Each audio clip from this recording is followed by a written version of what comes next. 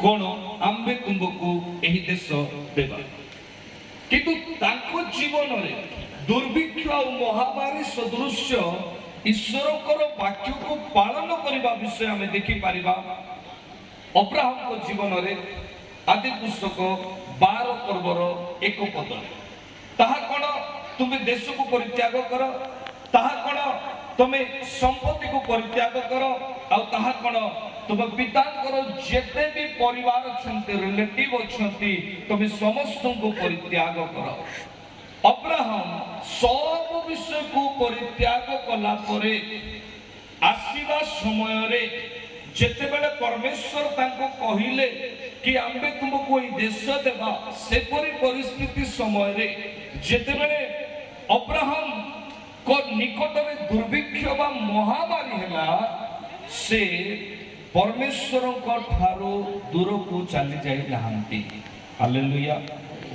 आज आम जीवन रे जदि किछि कष्ट हुए आमे परमेश्वर को ठारो आमे दूर को चली जाई आम मन गोटे सन्देह आसे कौन ये विषय ठीक ही पारिबो ना नहीं कौन से विषय ठीक ही पारिबो ना नहीं आमे आ पाखे प्रार्थना जीवा ता पाखे प्रार्थना जीवा आमे व्यतिव्यस्त हेबा किंतु अब्राहम को जीवन रे एई समय रे दुर्भिक्ष आसिला बेलू से कौन प्रकार व्यतिव्यस्त हो नहांती एपरी परिस्थिति मध्य रे से कौन कले ना परमेश्वर को निकट रे निजर विश्वास को से देखे हालेलुया हालेलुया।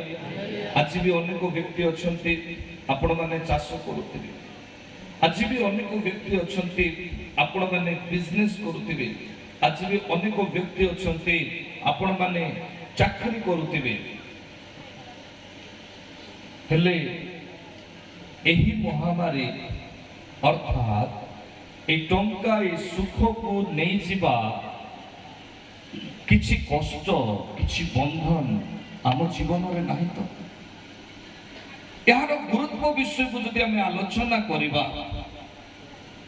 प्रथम विषय जेतेबेले आयुब को जीवन रे शैतान परीक्षा कला से व्यक्ति एपरि एक व्यक्ति थिले जे व्यक्ति की निजे परमेश्वर को महिमा करो मते प्रभु आशीर्वाद करिसंती मते प्रभु धनवान करिसंती सेई व्यक्ति को आशीर्वाद को नहीं परमेश्वर को गौरव करुथिले हेले शैतान देखिला कि कौन ना ता जीवन रे परीक्षा को आनिबार अछि ता जीवन रे कौन करिबार अछि समस्या को आनिबार अछि ता जीवन रे जदि परीक्षा आसीबो नाही समस्या आसीबो नाही ताहेले प्रभु से तुमको कदापि छाड़िबो नाही संगे संगे प्रथम परीक्षा कौन थिला ना तार संपत्ति को नष्ट करा गला मन रखतु ये कथा मंद आत्मार प्रभाव जदि रहिबो घरे आपनकर संपत्ति को आपण उपभोग करि पारिबे नाही मंद आत्मार प्रभाव जदि रहिबो घरे आपनकर बिजनेस आपनकर दुकान आपनकर ब्लेसिंग आगो को जाई पारिबो नाही आपण इम्प्रूव होई पारिबे नाही एहा आइबो को जीवन रे हमें देखि पारुछु और शैतान जदि आइबो को जीवन रे आनी पारुछि ताहेले एको विश्वासी जीवन रे से आनिबो प्रथम रे जा फाइनेंस विषय थिला आज भी एपरि लोक माने अछंती जो माने दुख कष्टर सहित जीवन काटंती जो माने निजर परिश्रम करुथिबा टंका को मेडिकल रे दियंती से माने बिजनेस कला पर इंप्रूव हुए नाही से माने कोन हुए नाही किछि बुनिला पर से माने पांती नाही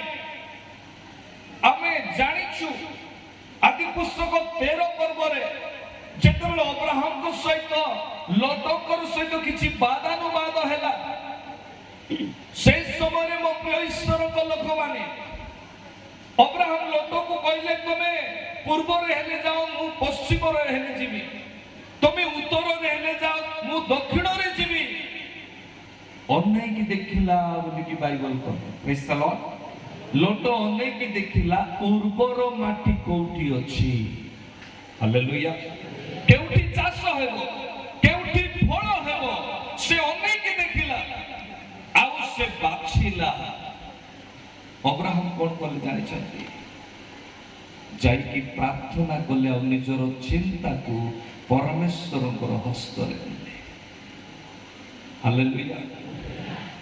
ପରମେଶ୍ୱରଙ୍କର ହସ୍ତରେ ଦେଲା ପରେ ଆଦି ପୁସ୍ତକ 13 ପର୍ବର 14ରୁ ଯଦି 18 ଯାଏ ପଢିବେ, ସେଇଠି ପରମେଶ୍ୱର ତାଙ୍କୁ ଦର୍ଶନ ଦେଉଛନ୍ତି। ଆଉ ସେଇ ଦର୍ଶନରେ ସେ କଣ କହୁଛନ୍ତି? ତମେ ପୂର୍ବରେ ଗଲେ ଆମେ ତମ ସହିତ ପୂର୍ବରେ ଅଛୁ। ପ୍ରେଜ୍ ଦ ଲର୍ଡ। ତମେ ପଶ୍ଚିମରେ ଗଲେ ଆମେ ତମ ସହିତ ପଶ୍ଚିମରେ ଅଛୁ।